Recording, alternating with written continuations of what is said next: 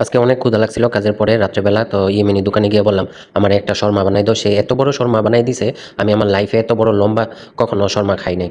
খাই আমার পেট পুরা ভরে গেছে। আরেকটা হাসির জিনিস হচ্ছে আমার কোল্ড ড্রিঙ্কসও আজকে একদম লাল এবং আমার গায়ের পোশাকটাও লাল, আজকে লালে লাল।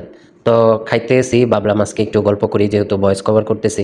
আমরা সকলেই জানি যে মজনু এবং লাইনী নামে একটা উপন্যাস আছে। আসলে এটার ভিত্তি অনেকে বলে আছে, অনেকে বলে ভিত্তি নাই। তো অনেকে শুধু মজনুর নামটাই জানে, তার আসল নাম ছিল কায়েস।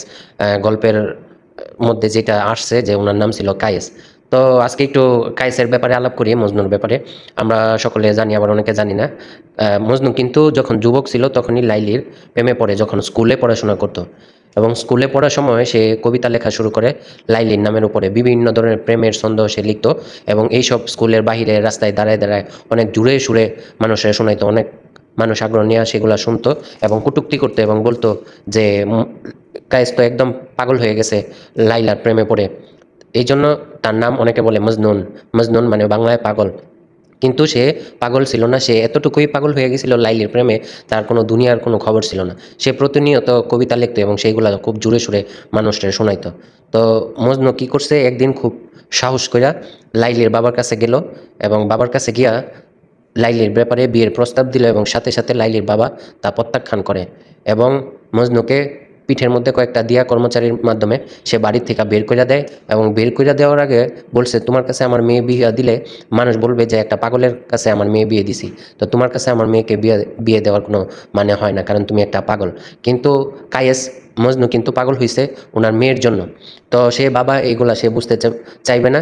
সে মেরে দেরে বাড়ি থেকে বের করে দিছে। বের করে দেওয়ার পরে মনের দুঃখে মজনু পরিবার পরিজন ছেড়ে বনে চলে যায়। বন্য প্রাণীদের সঙ্গে নিঃসঙ্গ করুণ জীবন কাটাতে শুরু করে। তার প্রাণের লাইলাকে নিয়ে অনবরত কাব্য রচনায় মগ্ন থাকে। লাইলাকে জোর করে, এর মধ্যে লাইলাকে জোর করে অন্য একজনের সাথে বিয়ে দেওয়া হয় এবং বিয়ে দেওয়া হলেও লাইলি তার মজনুর জন্য পাগল থাকে এবং সে নামমাত্র ওই পুরুষের সাথে সংসার করে, দায়িত্ব পালন করে, কিন্তু তার মন সারাক্ষণই কিন্তু মজনুর জন্য পড়েছিল।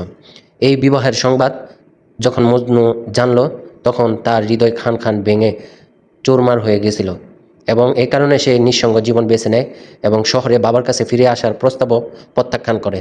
তার বাবা মা অনেকবার বিভিন্নভাবে চাইছে তাকে শহরে আনার জন্য, কিন্তু সে লাইলির ভালোবাসায় এতই মগ্ন ছিল, সে বনবাস ছেড়ে পরিবারের কাছে কখনোই আসতে চায় না।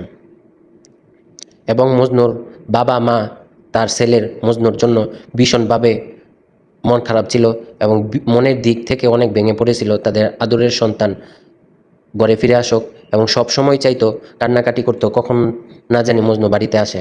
কিন্তু সে বাড়িতে কখনোই আসলো না, বনের মধ্যে থাকলো, একাকী কবিতা লিখতে থাকলো, কারোর সাথে কখনোই কথা বলতো না।